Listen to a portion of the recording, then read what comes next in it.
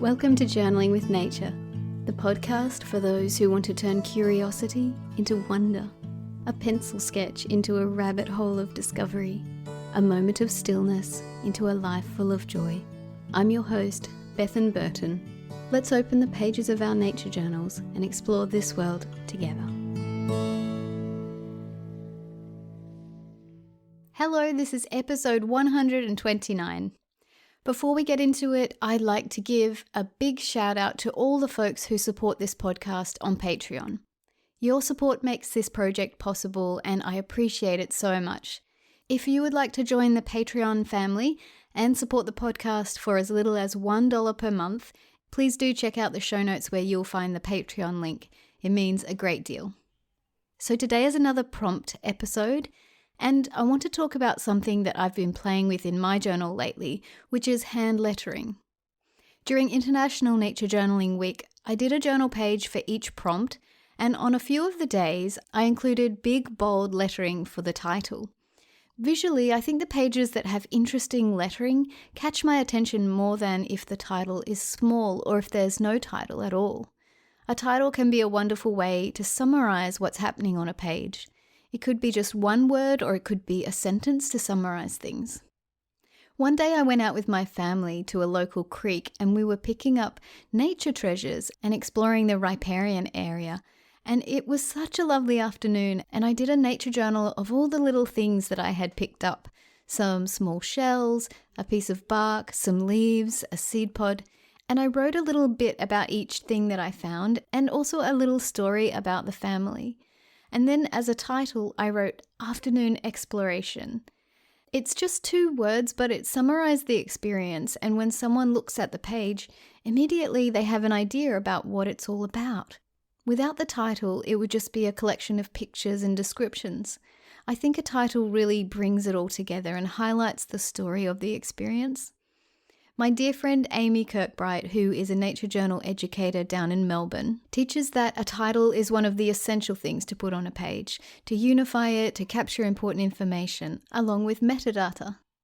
I really agree with this. Sometimes I forget to add a title or I fill up my page with scribblings and there's no space for a title, but I really think intentionally leaving a space is a good idea when planning out a page. Sometimes it's useful to leave a space and actually put your title in at the end of the process. You can let the story unfold and the information that ends up on your journal page can inspire the title that summarizes the page itself. It can be hard to do this first because you don't really know what's going to appear after a session of nature journaling and exploration.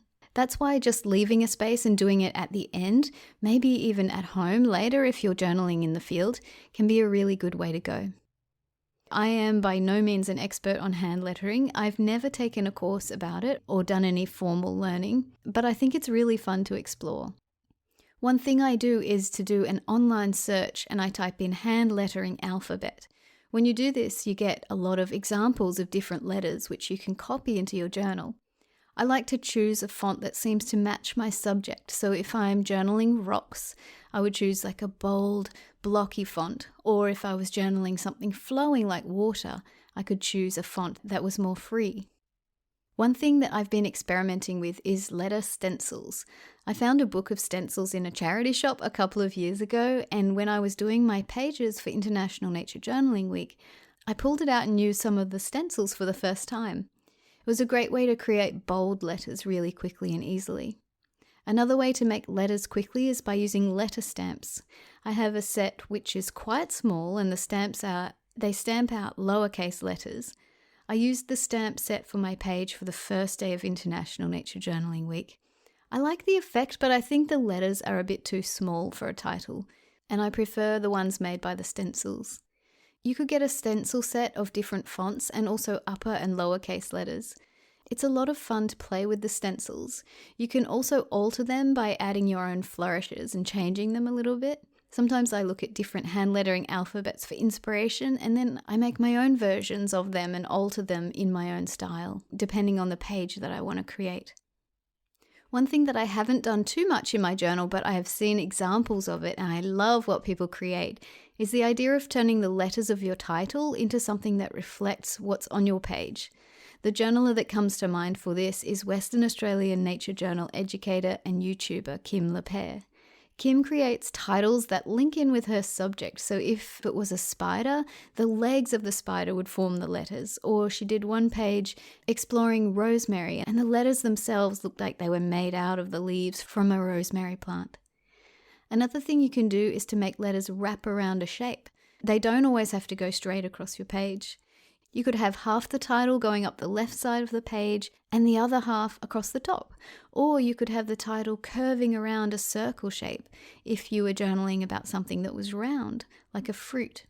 There are so many ways to let a title become a feature of your nature journal page and be its own lovely decorative summary of what you're journaling about. Of course, there are countless courses online about learning to do hand lettering of different types. One form of lettering I really like the look of is called faux calligraphy, where you go back and thicken up the downstrokes of each letter. There are courses online for learning about faux calligraphy, and it's always been something on my list of things to learn. Maybe one day I'll find the time for that.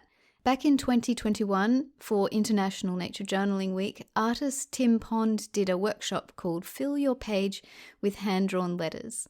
His workshop is still available on the International Nature Journaling Week website under the Previous Years tab, and I will put a link to it here in the show notes so you can easily find it if you'd like to revisit that free workshop. So our prompt today is play with hand lettering. Explore it in your own way and see if it adds another layer to your nature journal page. Thank you so much for listening. See you next week.